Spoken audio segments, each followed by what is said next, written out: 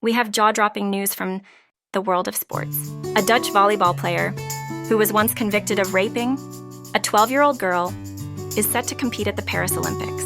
It's a decision that has left many astonished and sparked a fierce debate about ethics and fairness. As the countdown to the renowned sporting event draws closer, the international sports community finds itself in a state of disbelief.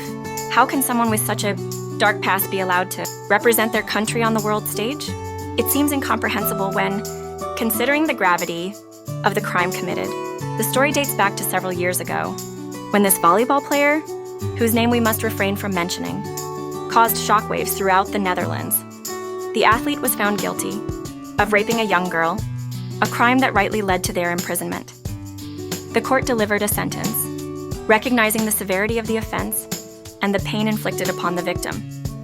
Now, we are faced with a perplexing decision made by the Dutch Volleyball Federation to include this former convict in the national team heading to the Paris Olympics. Many argue that this choice sends a dangerous message, undermining the values of accountability and justice. It has reignited the crucial conversation surrounding the responsibility of sports organizations when it comes to the behavior and character of their athletes. Justice and fairness demand serious consideration in situations like these. By allowing this individual to participate, it raises questions about the credibility of the sports authorities and the message they are sending to survivors of sexual assault.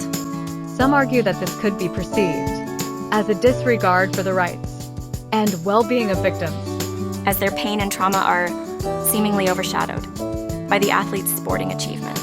On the other hand, there are those who argue for the principle of rehabilitation and second chances. They highlight the importance of giving individuals an opportunity to re-enter society after serving their sentence and rebuilding their lives.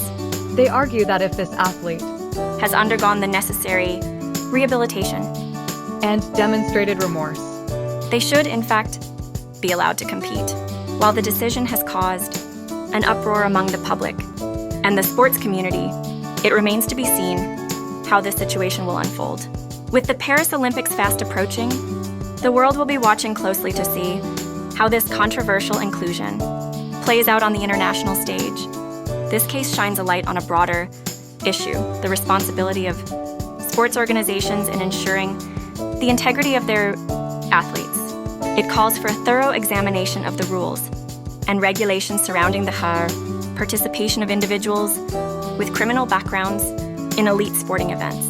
As we eagerly await the Paris Olympics, we can only hope that this situation prompts a meaningful discussion about the balance between justice, rehabilitation, and the ethics of competitive sports. Ultimately, it is up to us as a society to demand accountability and transparency, ensuring that the values we cherish are upheld in all aspects of our lives, including the world of sports.